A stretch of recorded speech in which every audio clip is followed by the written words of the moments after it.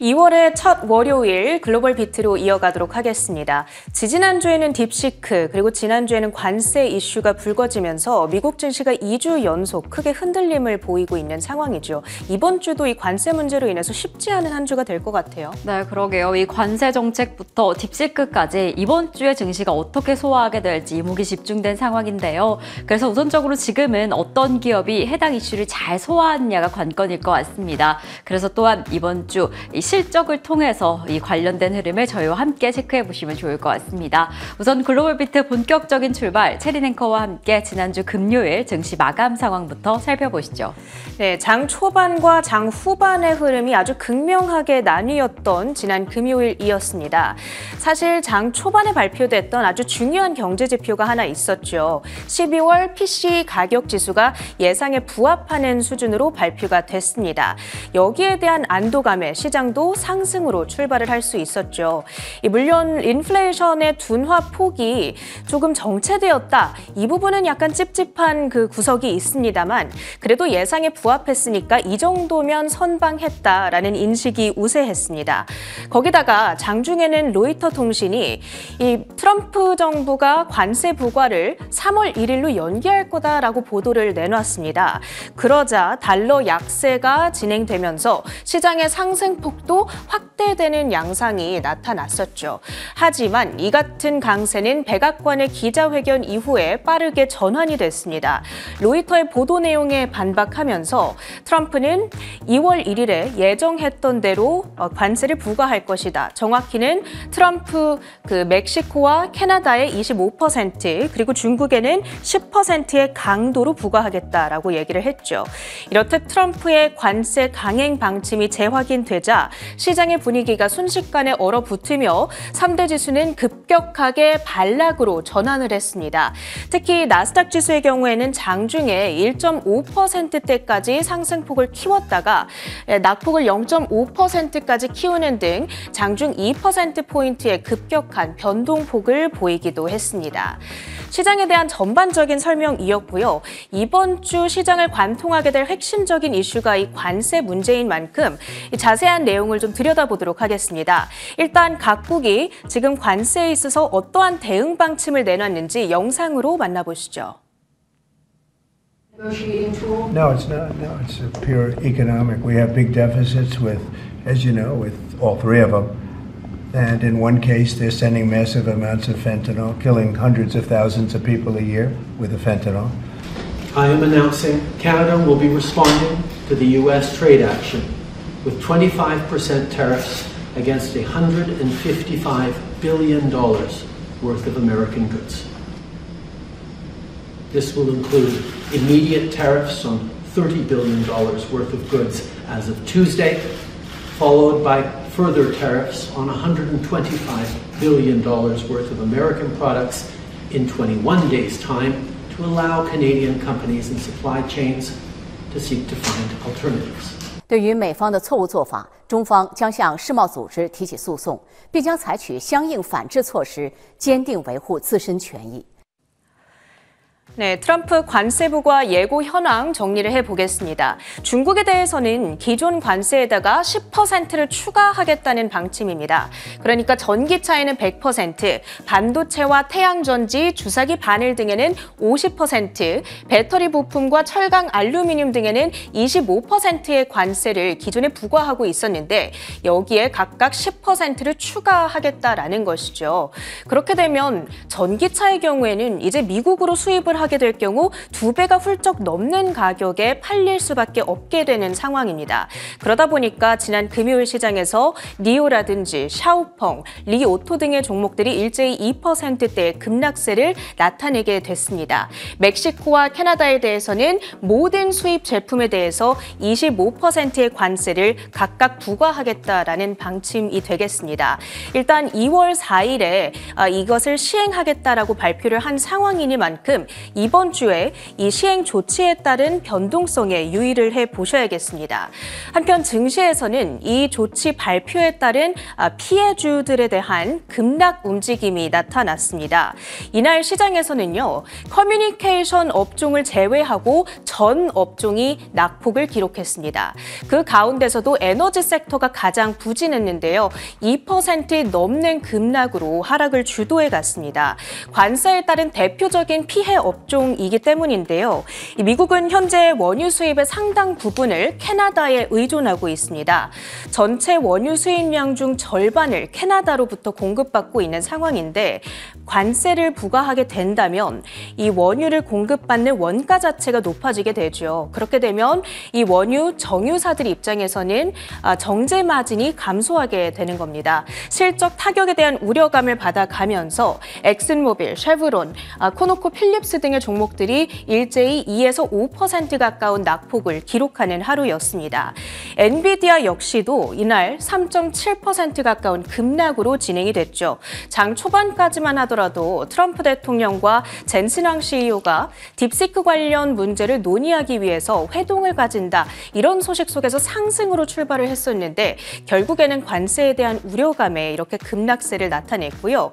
그 밖에 반도체주들도 대체적으로 하락세를 나타낸 가운데 이렇게 환하게 초록불을 켜고 있는 종목이 바로 브로드컴이었습니다.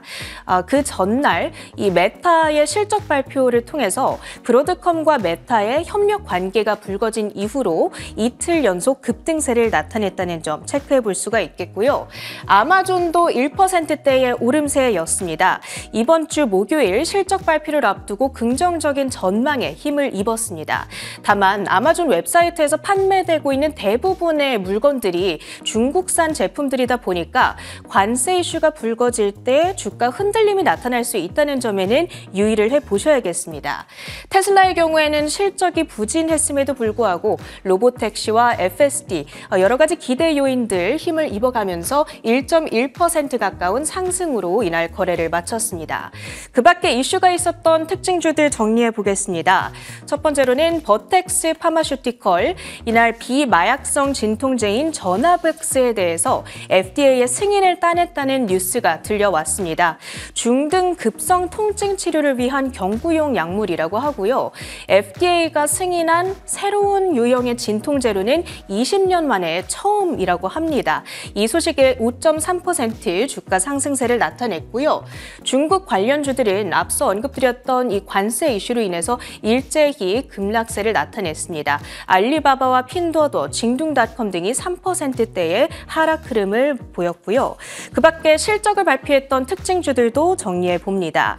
에브비입니다. 전 세계 베스트셀러 약물이었죠. 오랜 기간 매출을 책임져왔던 휴미라, 글로벌 매출이 50%나 급감을 했습니다.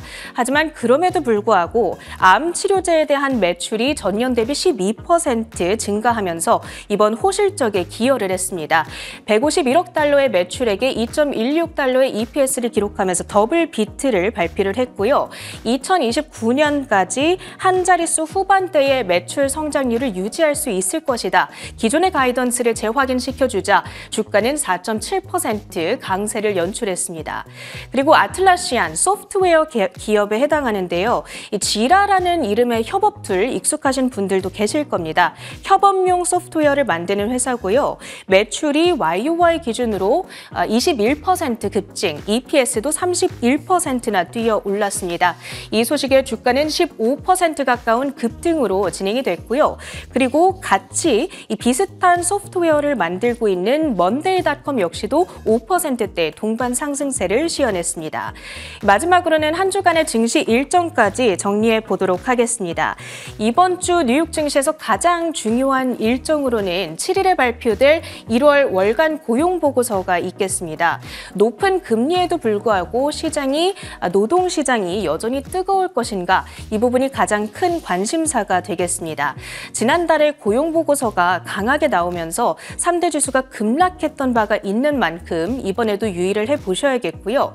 그 밖에 4일에는 1월 졸지 보고서, 5일에는 ADP 민간 고용 보고서 발표가 예정되어 있습니다. 그리고 지금 이 표를 쭉 보시면 아주 촘촘하게 연준 위원들, 관계자들의 각국의 연설 일정이 예정되어 있다는 점도 확인을 해보실 수가 있는데요. 총 12번의 코멘트가 예정되어 있습니다. 관세와 관련해서 어떤 발언들을 내놓느냐에 따라서 시장이 민감한 반응을 보일 수 있다. 이 점도 유의를 해보셔야겠습니다.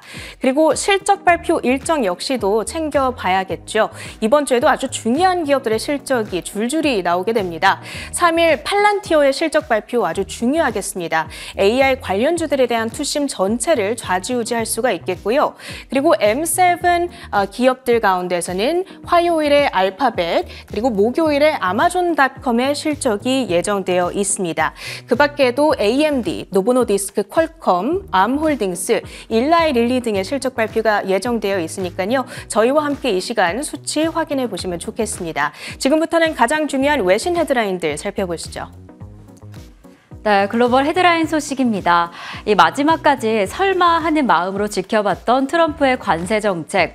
이 트럼프가 손에 무기로 쥐고 흔들던 관세 정책이 전쟁으로 퍼지지는 않을까 우려가 좀 되고 있습니다. 정말 이번 주에 관세 정책이 발효가 될지 지금 각국의 반응부터 살펴보도록 하겠습니다. 트럼프 대통령은 지난 1일 국제비상경제권법 IEEPA에 따라 캐나다, 멕시코, 중국에 대해 관세를 부과하는 행정명령에 서명했습니다. 이에 따라 오는 4일부터 캐나다의 에너지 제품의 10%, 그 밖의 모든 제품의 25% 관세가 부과됩니다. 그리고 멕시코에 대해서는 에너지류를 포함한 모든 제품의 25%, 중국에 대해서도 10%의 보편 관세가 매겨집니다. 이러한 트럼프 대통령의 관세 부과 공식화에 상대국들은 즉각 반발하고 나섰습니다. 이렇게 트럼프 대통령이 관세 정책을 드디어 공식화했습니다. 캐나다, 멕시코에 대해서 에너지 포함한 제품에 각각 10%, 25% 관세를 부과하겠다라고 전했고요. 중국에 대해서는 기존 관세에 추가 10%, 보편 관세를 부과하겠다라고 전한 거죠.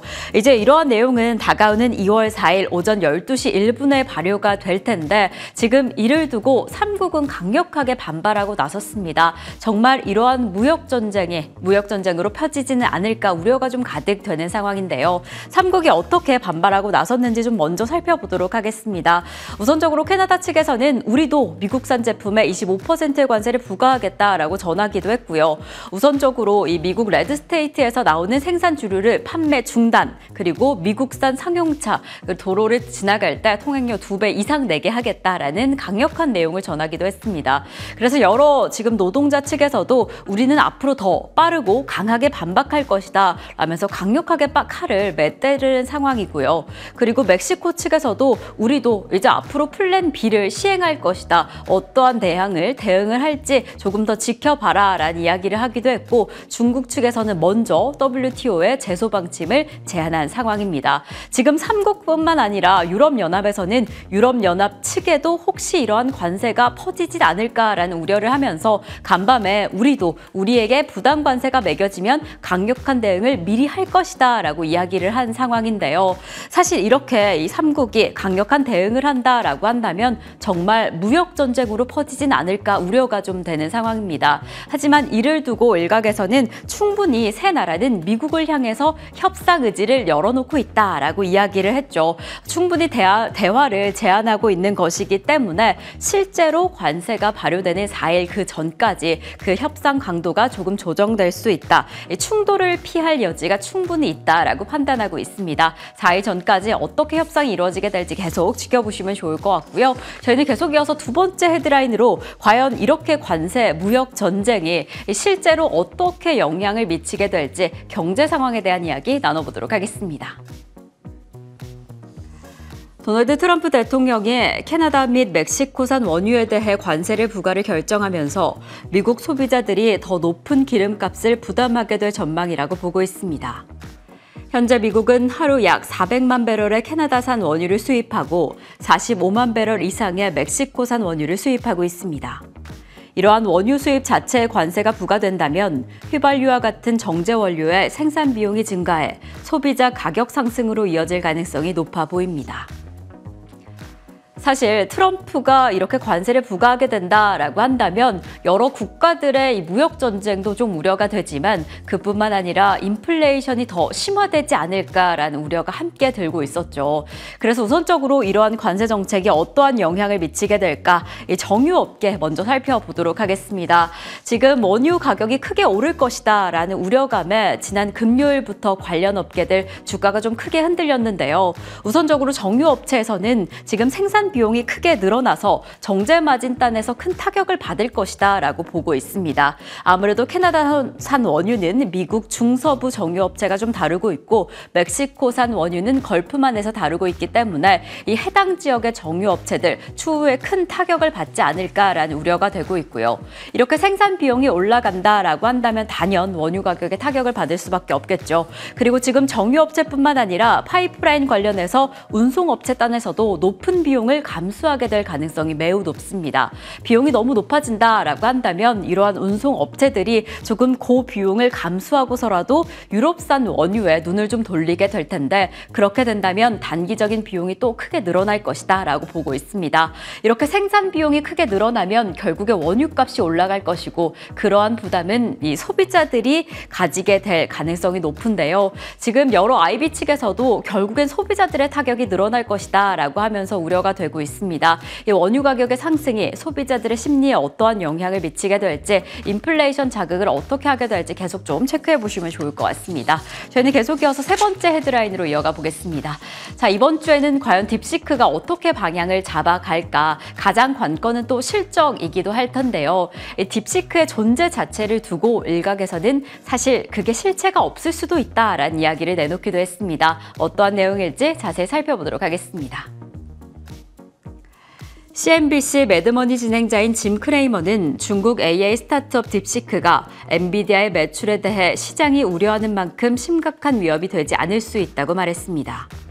크레이머는 반도체 연구 컨설팅 업체인 세미애널라이즈의 새로운 보고서를 인용하며 딥시크가 공개한 개발 비용이 제대로 공개되지 않을 가능성이 있다고 언급했습니다. 실제로 이미 5억 달러 이상을 지출했을 가능성을 지적하며 지금 단기적인 주목을 끌어 엔비디아를 공격하려는 하나의 수단이라고 전했습니다. 나 정말 딥시크가 그렇게 적은 비용으로 개발에 성공한 것일까? 그를 두고 먼저 짐 크레이머가 의문을 제기한 건데요. 이미 비용을 더 많이 사용했을 것이다 라면서 세미애널라이즈의 보고서를 인용했습니다.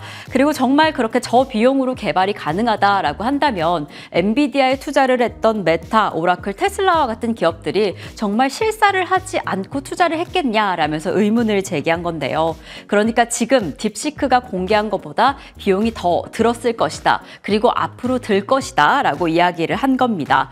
그래서 지금 관건은 왜 그렇게 딥시크가 단기적으로 떠올랐는가에 대한 의문만 가져가면 된다라고 이야기를 했는데요. 그래서 지금 딥시크와 같은 존재가 만들어졌다는 것에 대해서 의문을 가지면서 이번 주 실적을 체크하는 것이 중요하다라는 이야기를 전했습니다. 이번 주 실적을 통해서 아마존이 그리고 알파벳이 딥시크 의료수를 좀 씻겨줄지 이야기를 나눠보면 좋을 것 같고요. 지금 짐 캐리뿐만 아니라 팔란티어 CEO인 알렉스 카프 역시나 딥시크가 내놓은 비용 추정치를 믿지 않는다라고 이야기를 했습니다. 그러니까 그 저비용이 가능하지 않다라는 시장의 이야기가 나오고 있는 상황인데 정말 그 기술의 발전도가 어느 정도일지 어떤 기업이 기술의 선도 주자를 가져가게 될지를 체크해 보는 게 좋을 것 같습니다. 아직은 정확히 그 실체를 드러나지 않은 기술 속에서 우선 지금 세계 각국은 정보 유출단을 좀 크게 우려하고 있습니다. 우선 미국은 딥시크 기능을 제한하고 나섰고요. 유럽 각국에서도 특히나 이탈리아를 선두로 먼저 다운로드 임시 차단을 했습니다. 최근에 딥시크가 아주 큰 이슈를 끌면서 챗 GTP를 이기고 다운로드 수 1위를 차지했다라는 소식이 전해졌는데요. 이렇게 전 세계 유저들이 관심을 가지자 각국에서는 정보 유출을 좀 크게 우려하고 나섰습니다. 그래서 대만에서는 국내에 사용 금지를 제안했고요. 우리나라에서도 딥시크 측에 정보 정보 처리, 보관 방식에 대한 정보를 요청한 상황입니다. 정말 이렇게 늘어나고 있는, 폭발적으로 증가하고 있는 유저 수가 정보 유출단의 새로운 문제를 만들어내지 않을지 계속 체크해 보시면 좋을 것 같고, 우선 이번 주 저희와 함께 실적을 통한 그 실체 파악해 보시면 좋을 것 같습니다. 저희는 계속 이어서 네 번째 헤드라인으로 이어가 보겠습니다. 이렇게 반도체 관련주들이 힘을 잃고 있는 가운데 특히나 테슬라의 주가가 좀 주목을 받고 있었죠. 테슬라는 계속해서 상승했는데 이를 뒷받침하는 게 바로 머스크의 힘이 아닌가라는 이야기가 나오고 있습니다. 이 머스크의 권한이 점차 커지고 있는 상황, 어떠한 내용일지 자세히 살펴보시죠. 정부 효율부 수장인 일론 머스크의 측근들이 매년 6조 달러가 움직이는 재무부 시스템 접근 권한을 갖게 됐다고 전했습니다. 이에 머스크와 측근들은 정부 예산 지출을 감시하고 필요시에 제한할 수 있는 강력한 수단을 갖추게 됐다고 평가됐습니다. 이에 미국 재무부와 정부 효율부 백악관은 관련한 질의에 대해 즉각적으로 응답하지 않고 있습니다. 지난 금요일에 이 머스크를 포함한 머스크 측근들이 인사 관련된 권한을 갖게 됐다라는 소식이 전해졌는데요. 인사뿐만 아니라 이제 재정, 재무에도 특별한 권한을 갖게 됐다라고 합니다. 우선적으로 핵심 결제 서비스의 권한을 갖게 되었는데 이 핵심 결제 서비스는 사회 보장이라던가 의료 혜택 지급 그리고 세금 환급과 같은 아주 민감한 서비스를 다룰 수 있게 됩니다. 그러니까 머스크 측근들이 이제 재정에도 큰 힘을 갖게 된 거죠. 사실 이를 이전부터 반대했던 데이비드 레브릭스 이 차관보가 31일자로 사임이 되면서 어느 정도 가시화되었던 상황이었는데 이렇게 머스크 측근들이 이 전반적인 데이터에 힘을 더 키우고 있는 상황이 좀 주목이 되고 있습니다. 이에 따라서 머스크 관련된 힘이 얼마나 더 커질까 좀 우려의 목소리가 커지고 있는데 워싱턴 포스트 측에서도 이렇게 정치적으로 임명된 자가 결제 시스템 자체에 접근권을 가지게 된 것은 아주 이례적인 사안이다 라고 이야기를 했습니다. 어느 정도 경계를 해야 할 이슈로 보여지는데 이러한 이슈가 또 주가에는 어떠한 영향을 미치게 될지 계속 체크해 보시면 좋을 것 같습니다. 이상으로 글로벌 비트 전해드렸습니다.